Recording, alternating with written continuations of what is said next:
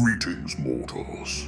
It is I, Luther, here with another episode of Tapes of the Lost. Tonight we step into a world built on rhythm, ambition, and survival. These are the most disturbing crimes in rap history. Moments where the music stopped and something irreversible began.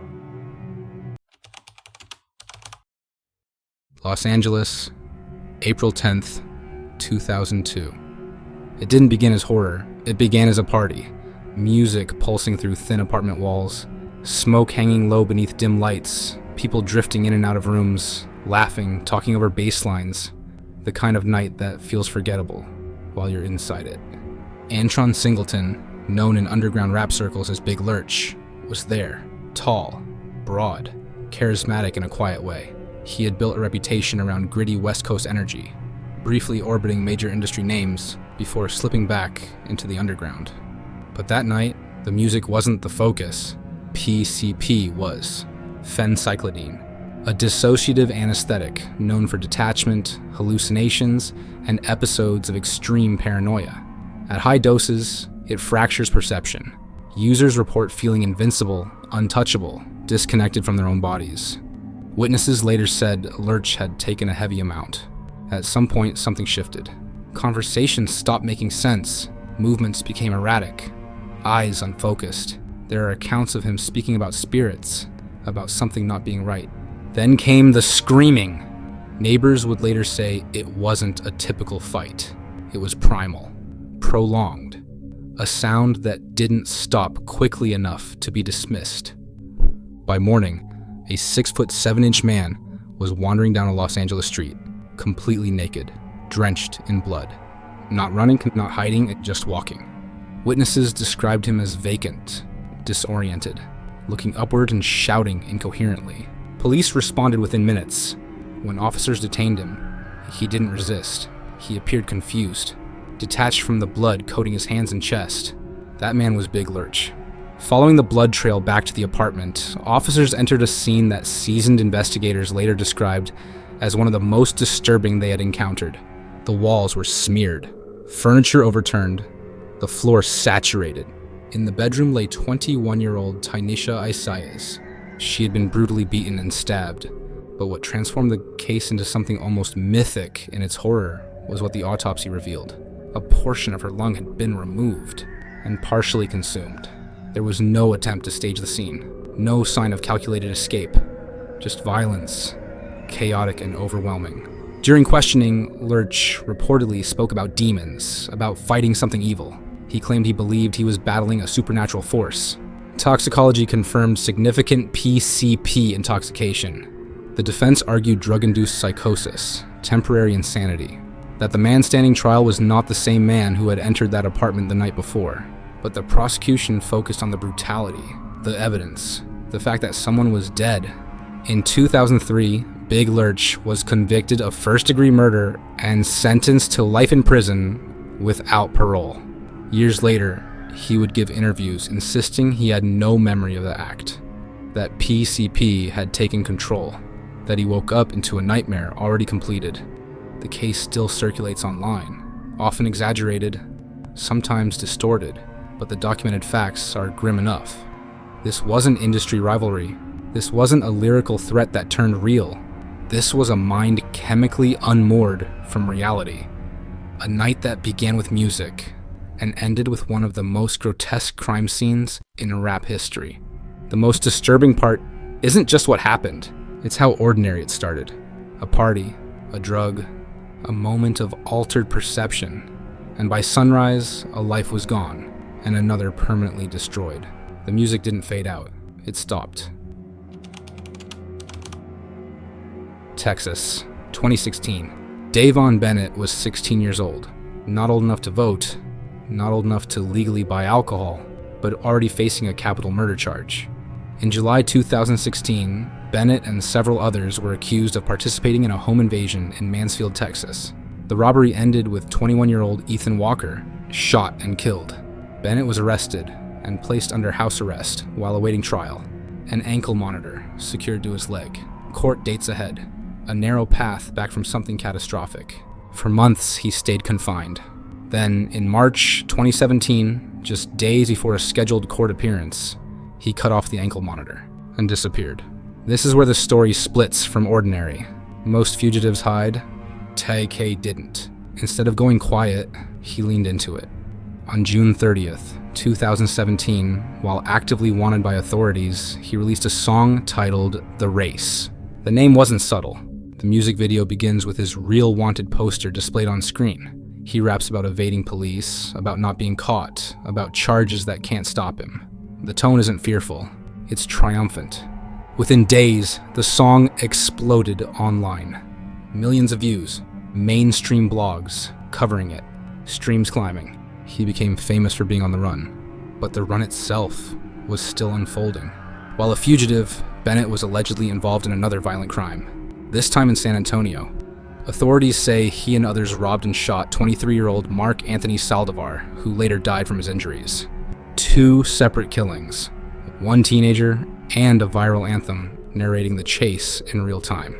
By the time U.S. Marshals tracked him down in Elizabeth, New Jersey, he had become both a suspect and a streaming success.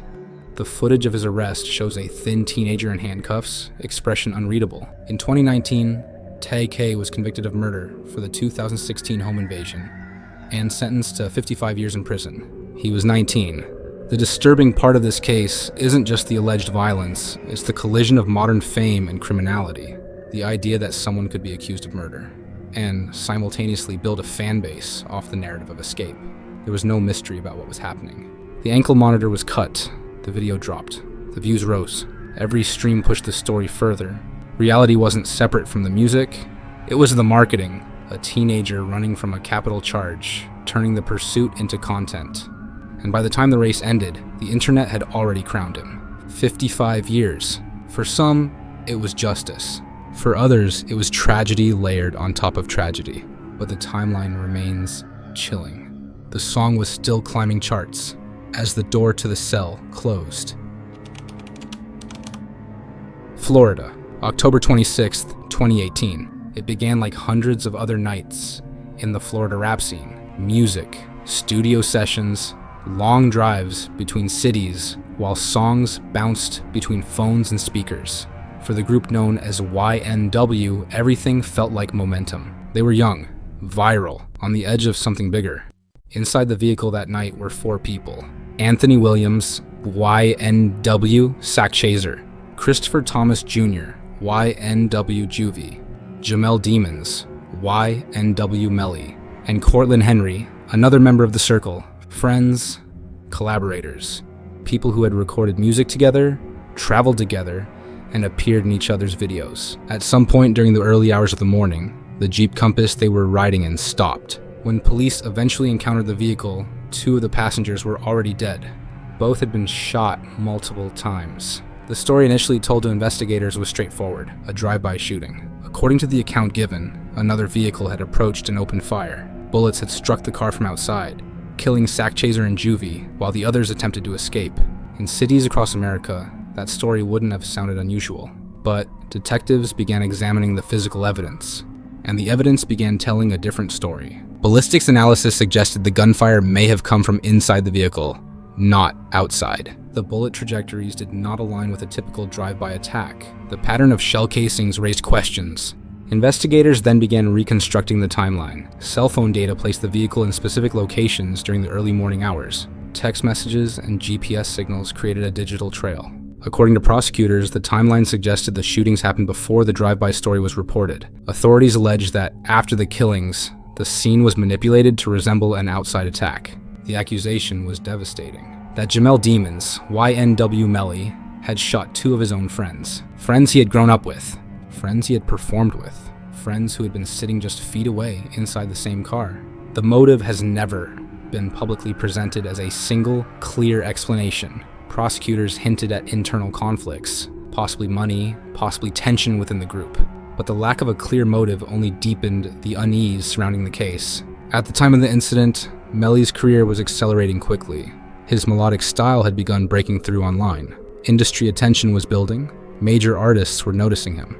Then listeners began revisiting one of his songs with uncomfortable curiosity. Murder on My Mind. The song had been recorded before the killings, but its lyrics described a violent scenario. Confusion, regret, the aftermath of a shooting. When the real-world accusations surfaced, the song took on a different tone for many listeners. Not prophecy, but eerie coincidence.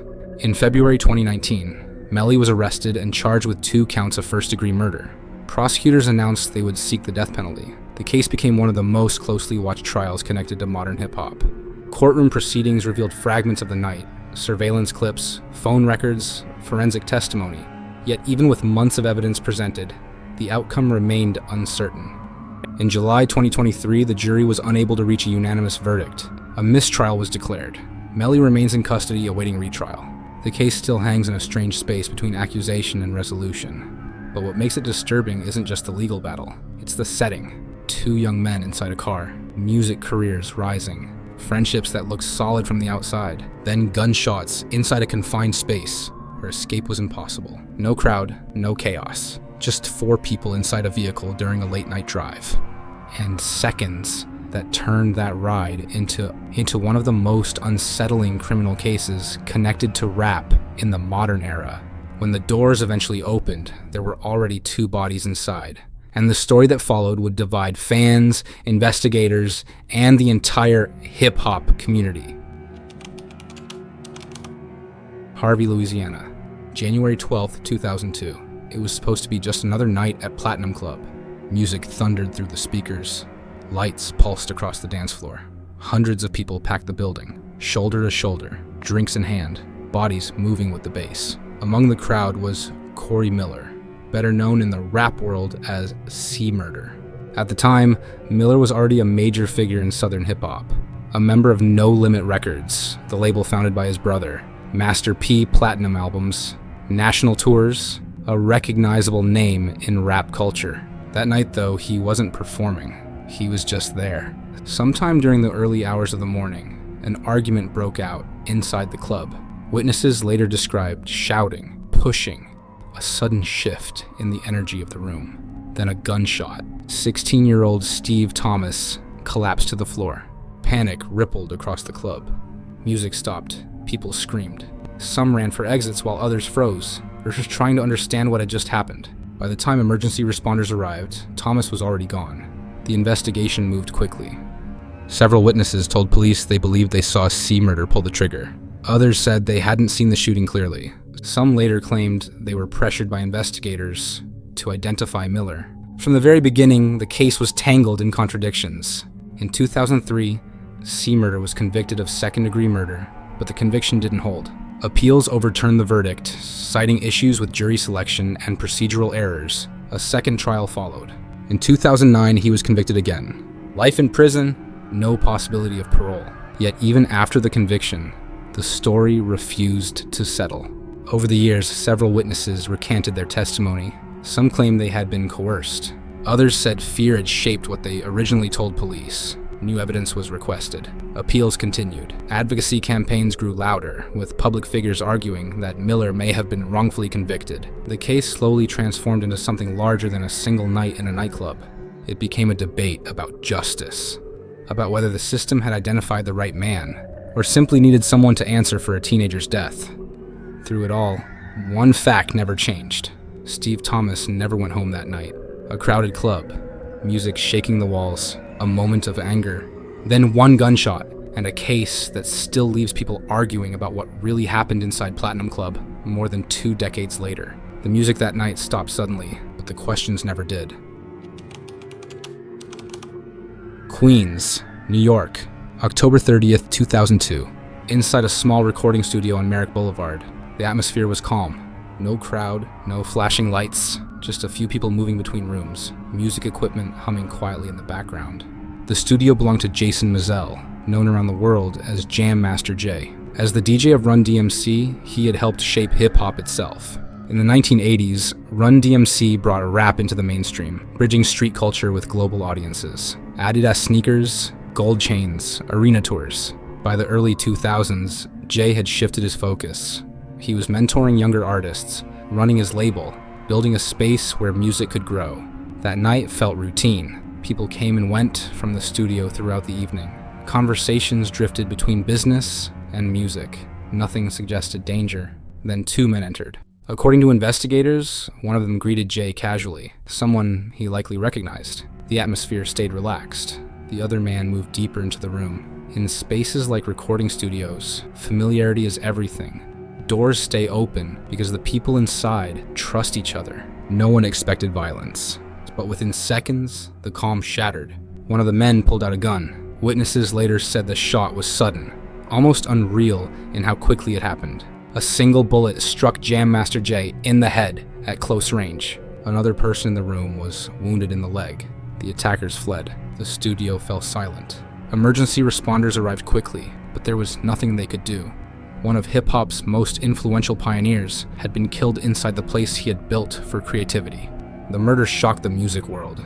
Run DMC was more than a rap group. They were foundational, a symbol of hip-hop's evolution from street corners to stadiums. Yet despite the fame of the victim, the investigation stalled. Years passed. Rumors spread through the industry.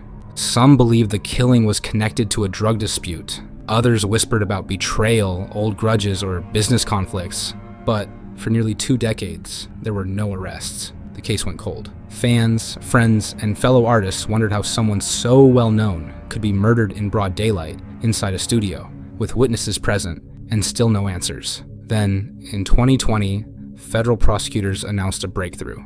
2 men were charged with Jam Master Jay's murder, alleging the motive stemmed from a failed drug deal and financial disputes. After 18 years of silence, the story finally began moving again through the courts. But the image that lingers is still the same. A quiet recording studio, music equipment sitting idle, a moment of casual conversation, then a gunshot that ended the life of one of the architects of hip-hop. No stage, no spotlight, just a small room in Queens where the music stopped forever. Music can make legends, but it can't erase what happens after the beat fades. Behind platinum records and viral songs are police sirens, courtrooms, and stories that never fit inside a verse. 5 crimes, 5 moments where the music stopped and reality took over. Like, subscribe, and remember, mortals, sometimes the darkest stories in music aren't written in lyrics. They're written in evidence.